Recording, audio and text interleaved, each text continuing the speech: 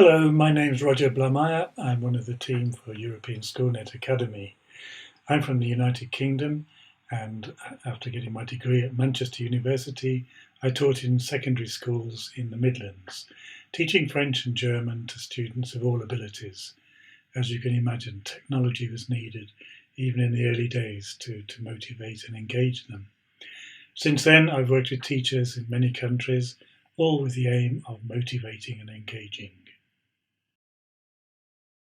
21st century skills. Well, for a long time, the role of a teacher has been to help children move into the world beyond childhood, to develop the skills, competences, understanding and attitudes, as well as knowledge, to enable them to participate in society. The teacher's job then has been to do that traditionally in a building with a classroom. But technology and the pressures of change in the world are changing all of that. What in particular are the skills that kids need to acquire? We have no idea what the world will be like, but looking back, some skills which were important, such as memorizing facts, thanks to technology, are less important than other skills needed in a competitive world. So it's a balance of skills. We talk about skills, which is basically expertise, the ability to do something well, and competences, a wider concept referring to the combination of knowledge, skills, attitudes and values applied effectively to a particular domain. So 21st century skills have emerged in recent years as being, if not new, a different organisation and set of skills with different priorities and weightings than they had in the past. There are various international and national frameworks of 21st century skills. An important example is the European Framework of Key Competences for Lifelong Learning. This includes 8 key competences: communication in the mother tongue and in foreign languages, mathematical competence and basic competence in science and technology, digital competence, learning to learn, social and civic competences, sense of initiative and entrepreneurship, and cultural awareness and expression. These key competences are all interdependent and have important cross-cutting themes such as creativity, applicable to all of them. The different definitions and lists of 21st century skills share a number of common elements. For our work, for our purposes, but you may think differently, we've grouped them into 6 themes. The first theme is creativity, the facility to imagine, to express, to work on your own and produce a piece of work individually or with others, using initiative, perhaps enterprise, taking risks, some of which fail, some of which succeed, and learning from mistakes, and then evaluating these creations to improve them. What we have in technology is a range of tools which are developing all the time to support creativity, to record creativity, and to scaffold further creativity. The second set is communication, what used to be perhaps called the skill of speaking and writing. And that's true now, even more so in an audio-visual age of multimedia. Expressing yourself in your own language and other languages in different situations and adapting your language for these situations. Literacy covers much of this, and the term is still valid, provided it is extended to new forms of expression and discussion, particularly social media, for example.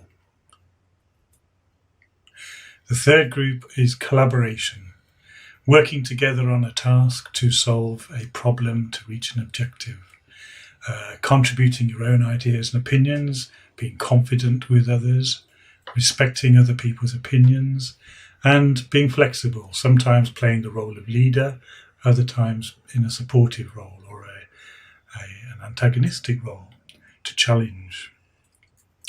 Again, digital tools can help collaboration in many ways, and particularly inside and outside the classroom, in the school day and beyond the school day.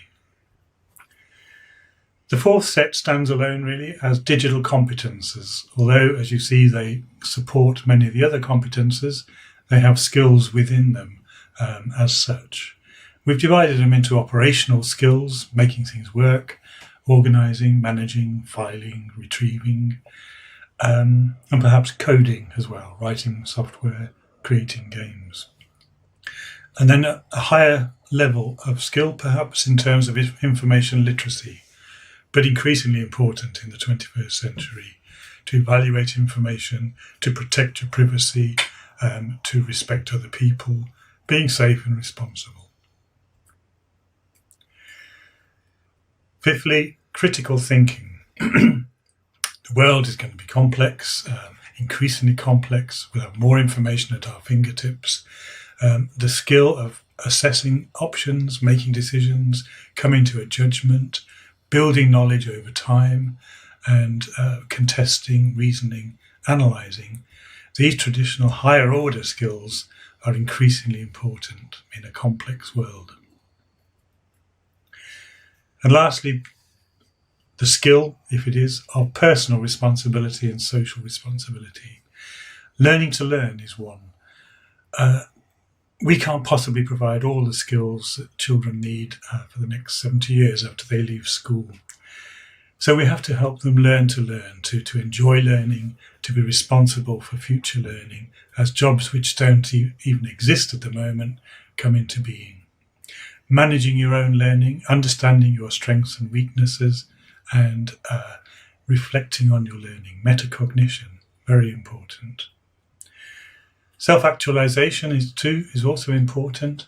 In simple terms, this is acquiring the skills, knowledge and understanding to pass exams at 16, 18 or whenever.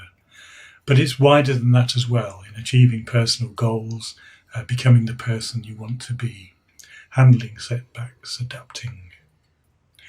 And then, not just personal but collective, being a citizen in a world with challenges, climate change, tensions between countries, nationalities, ethnic backgrounds, stresses on resources, all need collective solutions through policies, politics, community and national action and cooperation.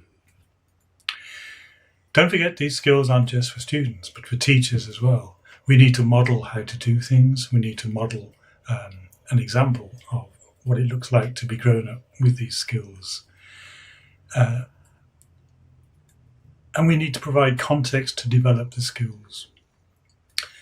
It's possible to produce lessons which don't develop those skills and achieve other learning objectives, but to achieve the same objectives by developing those skills at the same time, perhaps as a byproduct, perhaps as a principal aim. And we need to have a collection and look at a growing body of evidence to show how this can be done. And finally, skills can only be demonstrated if there is some means of capturing that demonstration and recording it in terms of accreditation and certification. And this is a big challenge and an increasing one. It's easy to demonstrate recall of facts by simple testing times tables or dates in history. To test and to show how much an individual has contributed to a collective effort is far more difficult, but it's a challenge we need to meet.